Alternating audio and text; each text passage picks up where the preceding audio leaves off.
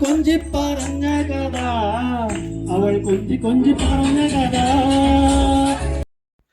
ഏറ്റവും പുതിയൊരു വീഡിയോയിലേക്ക് ഏവർക്കും സ്വാഗതം. നമ്മൾ 3 ദിവസത്തെ ടൂറിന് വേണ്ടിയിട്ട് നമ്മളെ നാട്ടിൽ നിന്നും 46 ആളടങ്ങുന്ന ഒരു ടീം യാത്ര പോവുകയാണ്. അപ്പോൾ നമ്മൾ ആദ്യം തന്നെ പോകുന്നത് മറയൂർ കാന്തല്ലൂർ എന്ന സ്ഥലത്തേക്കാണ്. ആ മറയൂർ കാന്തല്ലൂർ എന്ന സ്ഥലത്തെ വിശേഷങ്ങൾ ഈ വീഡിയോയിലൂടെ നിങ്ങൾക്ക് കണ്ടറിയാം. അടുത്ത ദിവസം മൂന്നാറിലേക്കും മൂന്നാറിൽ നിന്ന് നേരെ എറണാകുളത്തേക്കും പോയിക്കൊണ്ട് നമ്മൾ തിരിച്ചെത്തുന്ന രീതിയിലാണ് നമ്മൾ ടൂർ പ്ലാൻ ചെയ്തിരിക്കുന്നത്. അപ്പോൾ ടൂറിൻ്റെ കുറച്ച് വിശേഷങ്ങളൊക്കെ നമുക്ക് ഈ വീഡിയോയിലൂടെ കാണാം.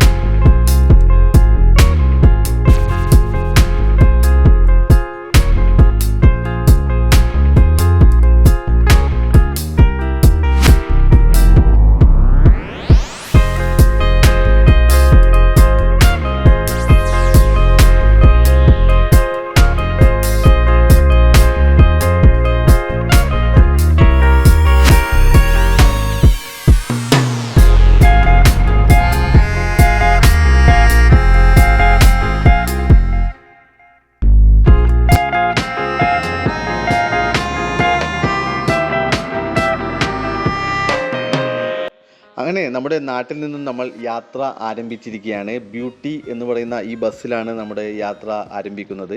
നമ്മുടെ ടൂർ എന്ന് പറയുന്നത് നമ്മൾ ഏകദേശം 3 ദിവസത്തേക്കുള്ള യാത്രയാണ്. അപ്പോൾ അതിൽ നമ്മുടെ ടൂർ ഓപ്പറേറ്റർ എന്ന് പറയുന്നത് അജയ്, അതുപോലെ തന്നെ വാവ എന്നറിയപ്പെടുന്ന വിനീത് വാവ, ഇവരാണ് നമ്മുടെ ടൂറിൻ്റെ എല്ലാ കാര്യങ്ങളും മാനേജ് ചെയ്യുന്നത്. നമ്മുടെ ടൂറിന് വെച്ചാൽ പാക്കേജ് കാര്യങ്ങളെല്ലാം അവരാണ് നമ്മുടെ യാത്രകളിലെ എല്ലാ തരത്തിലുള്ള കാര്യങ്ങളും നീക്കുന്നത്. അപ്പോൾ നമ്മൾ യാത്ര തുടങ്ങിയ സമയം തന്നെ നല്ല രീതിയിൽ എൻജോയ് ചെയ്യാൻ വേണ്ടി നമുക്ക് സാധിച്ചിട്ടുണ്ട്. കാരണം എന്ന് വെച്ചാൽ നമ്മളെല്ലാവരും നാട്ടുകാരാണ്, അറിയുന്നവരാണ്, പരസ്പരം അറിയുന്ന ഏകദേശം 46ഓളം പേരാണ് നമ്മൾ ഈ യാത്ര തുടങ്ങിയത്.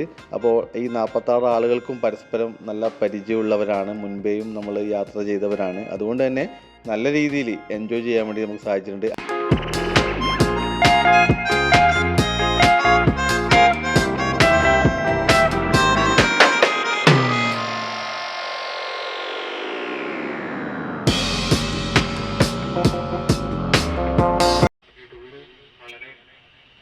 നല്ല രീതിയിൽ തന്നെ ഏറ്റെടുക്കേണ്ടതായിട്ടുണ്ട്.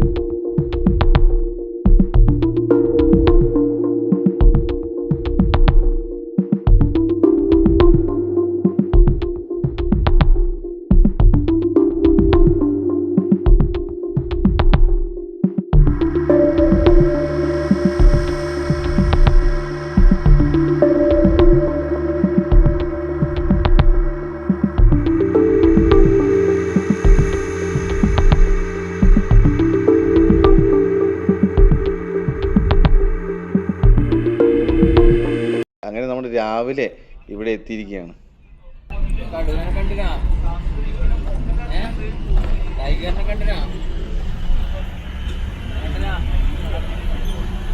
നമ്മുടെ ഇന്നത്തെ സ്റ്റേ എന്ന് പറയുന്നത് മറയൂർ എന്ന് പറയുന്ന സ്ഥലത്താണ്. ഈ കാണുന്ന റെസിഡൻസി ഹോട്ടലിലാണ് ഞങ്ങളുടെ ഇന്നത്തെ സ്റ്റേ.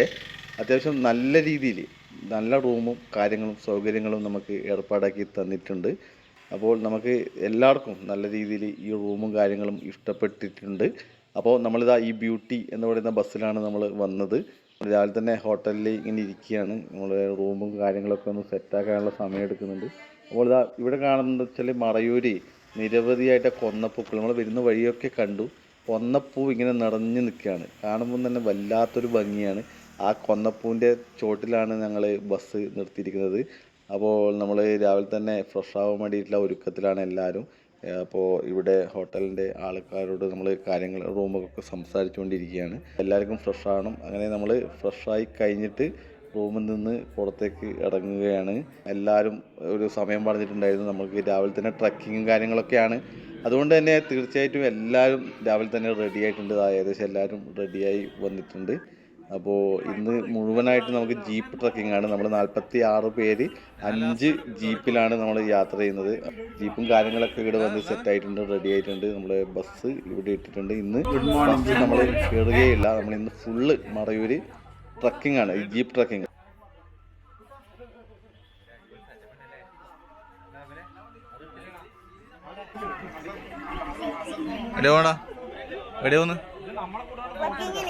എങ്ങോട്ട്?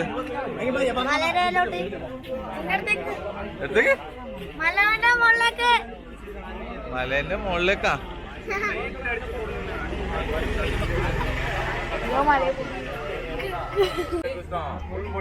നിങ്ങള് നേരത്തെ സീറ്റ് പിടിച്ചാ?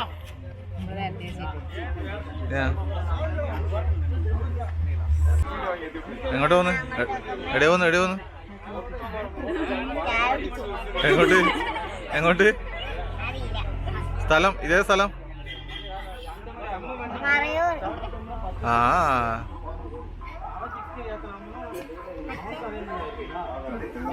നമ്മൾ താമസിച്ച ഹോട്ടലിൻ്റെ മുന്നിൽ ജീപ്പ് നമ്മളെ കൂട്ടാൻ വേണ്ടി വന്നിരുന്നു. ഇനി നമ്മുടെ വൈകുന്നേരം വരെയുള്ള യാത്ര ഈ ജീപ്പിന്മേലായിരിക്കും.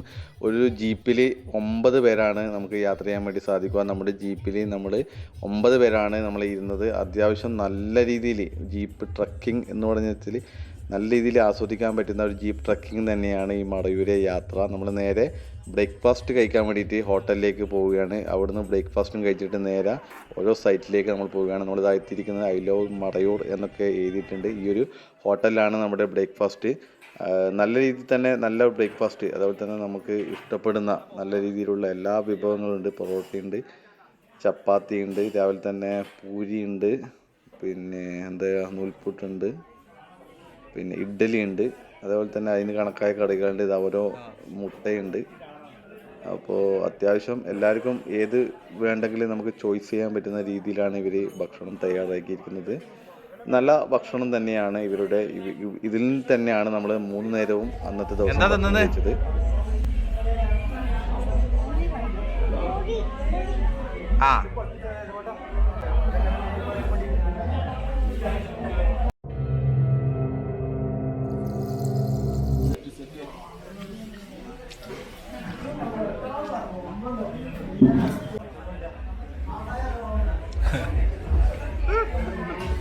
എല്ലാരും എടുക്കോ? പൊങ്കൽ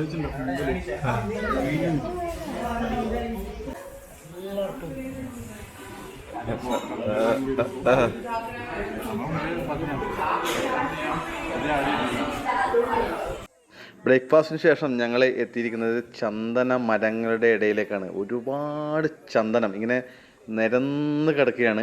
ഏത് തരത്തിലുള്ള ചന്ദനവും നമുക്കവിടെ കാണാം. ചന്ദനത്തിൻ്റെ ഇടയിലൂടെ ഒരുപാട് ഫോട്ടോഷൂട്ടുകളൊക്കെ അവിടെ നടക്കുന്നുണ്ട്. ഞങ്ങളും ഒരു ഗ്രൂപ്പ് ഫോട്ടോ ഒക്കെ എടുത്തിട്ടുണ്ടായിരുന്നു. അപ്പോൾ നല്ല രീതിയിലുള്ള ചന്ദനം മരങ്ങൾ കാണാൻ വേണ്ടിയിട്ട് നമുക്ക് ഈ മറയൂർ നമുക്ക് സന്ദർശിക്കാം. തീർച്ചയായിട്ടും നമുക്ക് നല്ല ചന്ദന മരങ്ങൾ അതിൻ്റെ കാര്യങ്ങളൊക്കെ നമുക്ക് ഇതിൽ നിന്ന് നോക്കാൻ വേണ്ടി സാധിക്കും. അതിന് ഓരോ നമ്പറുകളൊക്കെ ഇവിടെ ഇട്ടിട്ടുണ്ട്. വനംവകുപ്പിൻ്റെ അധീനതയിലാണ് ഈ ഒരു ചന്ദന മരങ്ങളൊക്കെ സ്ഥിതി ചെയ്യുന്നത്. അതുകൊണ്ട് തന്നെ വേലി കെട്ടൊക്കെ ആക്കിയിട്ട് നല്ല രീതിയിൽ അതിനെ സംരക്ഷിച്ചിട്ടുണ്ട്. അപ്പോൾ നിരന്ന് കിടക്കുന്ന ഈ കാണുന്ന മൊത്തം ചന്ദന മരങ്ങളാണ്. നമ്മൾ അവിടെ നിന്നൊരു ഗ്രൂപ്പ് ഫോട്ടോ ഒക്കെ എടുത്തിട്ടുണ്ടായിരുന്നു. അപ്പം നമ്മുടെ 46 ആളുകളെയും കൂട്ടിയിട്ടില്ല ഒരു ഗ്രൂപ്പ് ഫോട്ടോ നമ്മൾ അവിടെ ഈ ചന്ദന മരങ്ങളുടെ ഇടയിൽ നിന്ന് നമുക്ക് എടുക്കാൻ വേണ്ടി സാധിച്ചിട്ടുണ്ട്.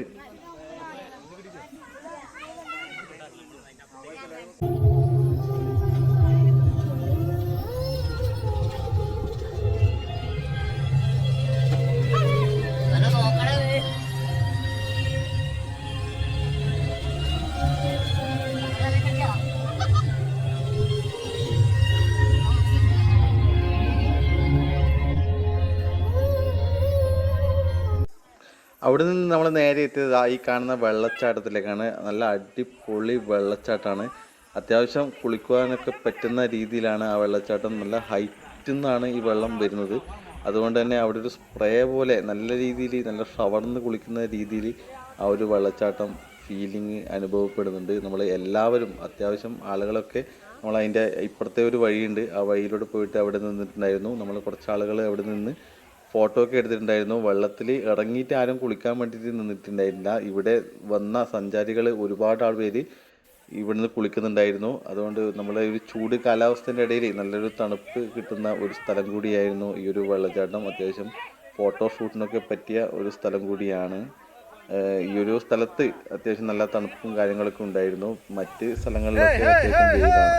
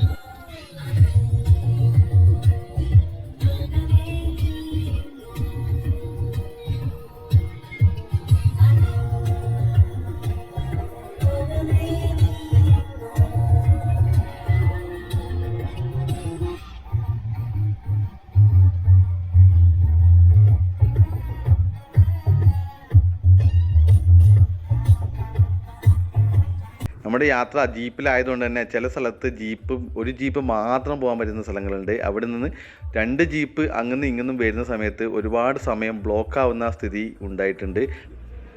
അടുത്തായിട്ട് നമ്മൾ എത്തിച്ചേർന്നത് ശർക്കര ഉണ്ടാക്കുന്ന ഒരു സ്ഥലത്താണ്. അതായത് വെല്ലം, നമ്മുടെ നാട്ടിൽ കിട്ടുന്ന വെല്ലം ഉണ്ടല്ലോ, ഇതിൻ്റെ ഒറിജിനൽ സാധനം നമുക്ക് ഇവിടുന്ന് ഉണ്ടാക്കിയിട്ട് വെക്കുന്നത് കാണിക്കും. അതിൻ്റെ ഔട്ട്ലെറ്റ് ആണ് ഇത്. ഈ ഔട്ട്ലെറ്റിൽ നമുക്ക് അതുപോലെ തന്നെ ശർക്കരയുടെ സാമ്പിളൊക്കെ കിട്ടും. നമുക്ക് ടേസ്റ്റ് നോക്കാൻ വേണ്ടിയിട്ട് ഒരുപാട് ശർക്കരയുടെ വിഭവങ്ങൾ ഇവിടെ വിൽക്കാൻ വേണ്ടിയിട്ട് വെച്ചിട്ടുണ്ട്. അവ ആവശ്യക്കാർക്ക് വാങ്ങിക്കാം. തൊട്ടിപ്പുറത്ത് തന്നെ കരിമ്പിൻ്റെ ഫാക്ടറി ഉണ്ടായിട്ടുണ്ടായിരുന്നു. കരിമ്പിൻ്റെ ജ്യൂസ് കാര്യങ്ങളൊക്കെ, കരിമ്പിൻ്റെ ഉൽപ്പന്നങ്ങൾ എല്ലാം അവിടുന്ന് നമുക്ക് കിട്ടും. ഇത് നമ്മളിപ്പം പോകുന്നത് സ്ട്രോബെറി കൃഷിയിലേക്കാണ്. സ്ട്രോബെറിയുടെ ഒരുപാട് അവിടെ നിന്ന് പറിച്ച് കിട്ടുന്ന നമ്മുടെ സ്ട്രോബെറി അവിടെ ഔട്ട്ലെറ്റിൽ വിൽക്കാൻ വേണ്ടി വെച്ചിട്ടുണ്ട്. അതുപോലെ തന്നെ സ്ട്രോബെറിയുടെ വൈൻ അവിടെ നിന്ന് തയ്യാറാക്കിയിട്ട് വെച്ചിട്ടുണ്ട്. 100 രൂപ മുതൽ 200, 500 എന്ന രൂപത്തിൽ വൈൻ അവിടെ വെക്കുന്നുണ്ട്. അപ്പോൾ ആവശ്യക്കാർക്ക് അത് വാങ്ങാൻ വേണ്ടി സാധിക്കും. ഇതാണ് അവരുടെ ഔട്ട്ലെറ്റ്. അപ്പോൾ സ്ട്രോബെറിയുടെ വിഭവങ്ങളുണ്ട്, വേറൊരു പഴമുണ്ട്. പിന്നെ ഇതിൻ്റെ തൊട്ട് പിറകിൽ ആപ്പിൾ കൃഷിയൊക്കെ ഉണ്ട്. അപ്പോൾ ഇപ്പം ആപ്പിളിൻ്റെ ഒരു സീസൺ അല്ല, അതുകൊണ്ട് തന്നെ ആപ്പിൾ നമുക്ക് കാണാൻ വേണ്ടി സാധിക്കില്ല. സ്ട്രോബെറി ഇവിടെ നിന്ന് പറിച്ചിട്ട് വളരെ ഈ സ്ട്രോബെറി ഉള്ളിൽ നിന്ന് സ്ട്രോബെറി പറിച്ചിട്ട് അവിടുന്ന് കവറിലെ പാക്കറ്റ് ആക്കിയിട്ട് നമുക്ക് എല്ലാ ഐറ്റംസും ഇതിൻ്റെ ഭാഗമായിട്ടുള്ള എല്ലാ ഐറ്റംസും അവിടെയുണ്ട്. ഈ കാണുന്നതാണ് സ്ട്രോബെറി കൃഷി. ഇങ്ങനെയാണ് സ്ട്രോബെറിയുടെ കൃഷി നടത്തുക. ഇവിടുത്തെ ക്ലൈമറ്റിന് മാത്രമാണ് ഈ സ്ട്രോബെറിയുടെ ഈ ഒരു കൃഷിയൊക്കെ നന്നാവുക. ഇപ്പോൾ ഈ ഔട്ട്ലെറ്റിൽ നിന്ന് നമ്മൾ അത്യാവശ്യം സ്ട്രോബെറിയുടെ ഒരു ജ്യൂസും കൂടി ഇവിടെ കൊടുക്കുന്നുണ്ട്. ജ്യൂസ് അത്യാവശ്യം എല്ലാവരും വാങ്ങുന്ന സ്ഥിതിയുണ്ട്. 20 രൂപയാണ് ജ്യൂസിന് വില. ഇത് നമ്മൾ എത്തിയതെന്ന് വെച്ചാൽ നമ്മുടെ സിനിമയുണ്ടല്ലോ ഭ്രമരം ഷൂട്ടിങ് ചെയ്ത സിനിമ സെറ്റാണ് ഇത് കാണുന്നത്. ഇതിൻ്റെ പേര് തന്നെ ഭ്രമരം എന്നാണ് ഇതിൻ്റെ സൈഡിലൊക്കെ പറയുന്നത്. കാരണം ഭ്രമരം സിനിമ ഷൂട്ട് ചെയ്തുകൊണ്ട് തന്നെ അതിന് ശേഷം ഇതൊരു ഭ്രമരം ഷൂട്ടിംഗ് സെറ്റ് എന്ന രീതിയിലാണ് അറിയപ്പെടുന്നത്. അത്യാവശ്യം നല്ല രീതിയിൽ ഏറുമാടങ്ങളും കാര്യങ്ങളൊക്കെ ഇവിടെ സെറ്റ് ചെയ്തിട്ടുണ്ട്. ആ ഏറുമാടത്തിലൊക്കെ നമ്മൾ കയറിയിട്ടുണ്ട്. അതുപോലെ തന്നെ ഇതിനുള്ളിൽ ഈ പുൽത്തൈലം കാര്യങ്ങളൊക്കെ ഇവിടെ വിൽക്കാൻ വേണ്ടിയിട്ട് വെച്ചിട്ടുണ്ട്. അപ്പോൾ നമുക്ക് അതിലൂടെ ഒന്ന് യാത്ര ചെയ്തിട്ട് അതിൻ്റെ കാര്യങ്ങളൊക്കെ ഒന്ന് നമുക്ക് കണ്ടുപോകാം.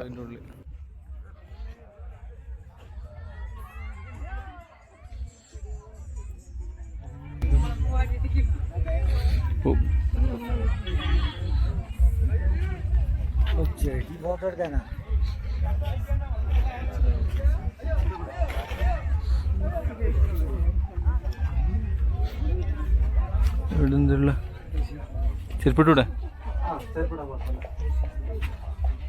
വെളുത്തുള്ളി എന്തല്ലേ ഇത് പുൽത്തൈലം യൂക്കാലിപ്സ് കുരുമുളക് തേനുണ്ട്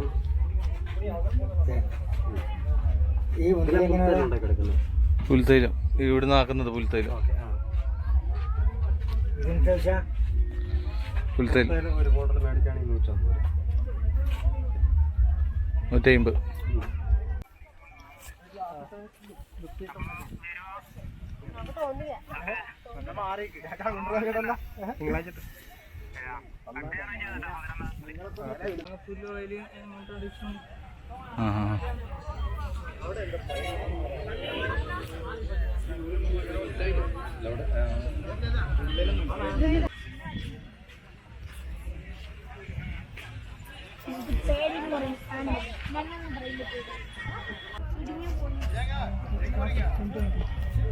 ഒരു ഏഴാള് എന്നിട്ട് അല്ല 4 ആൾ ഇറങ്ങാൻ മതി വെയിറ്റ്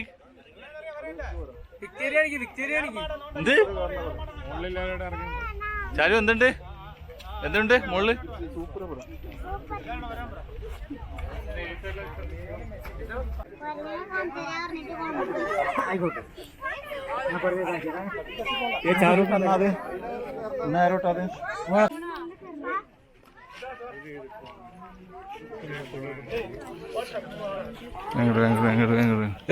പുരുഷോ വാ.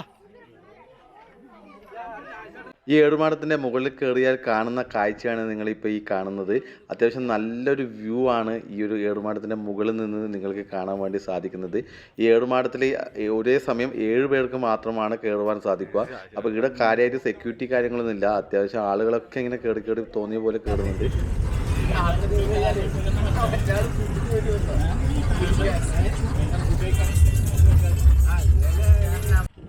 ഈ ജീപ്പ് ട്രക്കിംഗ് എന്ന് പറഞ്ഞാൽ ഇതേപോലത്തെ ഒരു ജീപ്പ് ട്രക്കിംഗ് നമ്മൾ ഇതുവരെ കണ്ടിട്ടില്ല. അത്യാവശ്യം നല്ല ഗംഭീരമായിട്ടാണ് ഇവിടുത്തെ ഡ്രൈവർമാർ ജീപ്പ് ഓടിക്കുന്നത്.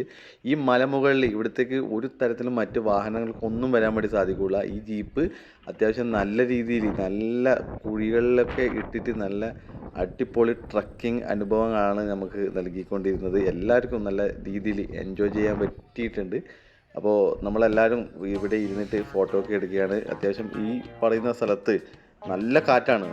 നമുക്ക് അറിയാം, നമുക്ക് ഈ വീഡിയോയിൽ കാണുന്ന പോലെ തന്നെ എല്ലാവരും ഡ്രസ്സൊക്കെ ഇങ്ങനെ പറക്കുന്നുണ്ട്. ആ ഒരു രീതിയിൽ വലിയൊരു കാറ്റ് തന്നെയാണ്. അപ്പം താഴെ നല്ല രീതിയിലുള്ള ചൂട് ഇതിൻ്റെ മുകളിലെത്തിയാൽ നമുക്ക് അനുഭവപ്പെടുന്നില്ല. നല്ല രീതിയിൽ കാറ്റ് ഇടിയുണ്ട്. നമുക്ക് സമയം പോകുന്ന അറിയേയില്ല. ഇവിടെ നിന്നാൽ ഈ ഉയർന്ന പ്രദേശത്ത് നിന്നാൽ നല്ല രീതിയിൽ കാറ്റും നല്ലൊരു വ്യൂ പോയിൻറ്റും കൂടിയാണ് ഇത് മറയൂരെ. ഏറ്റവും നല്ലൊരു സ്ഥലമായിട്ട് തന്നെയാണ് എനിക്ക് തോന്നിയിരിക്കുന്നത്. ജീപ്പിൽ മാത്രമാണ് ഇങ്ങോട്ടേക്ക് നമുക്ക് വരുവാൻ സാധിക്കുക. ഇവിടെ നമ്മൾ കുറേ സമയം കൂടി ഇവിടെ സ്പെൻഡ് ചെയ്തിട്ടുണ്ട്. ഇവിടെ കുതിര സവാരിയും മറ്റു കാര്യങ്ങളൊക്കെ ഉണ്ട് ജീപ്പിൽ. ഇവിടെ തന്നെ ഡ്രൈവർമാർ അത്യാവശ്യം ആളുകൾക്ക് വേണ്ടുന്നവർക്ക് ഇതിലൂടെ റൗണ്ട് ചെയ്യിപ്പിക്കുന്നൊക്കെ ഉണ്ട്. നല്ല രീതിയിൽ ജീപ്പ് ട്രക്കിങ് ഇഷ്ടപ്പെടുന്നവർ തീർച്ചയായിട്ടും ഈ മറയൂരെ ഈ ഒരു ഉയർന്ന പ്രദേശത്തേക്ക് തീർച്ചയായിട്ടും വരേണ്ടതാണ്.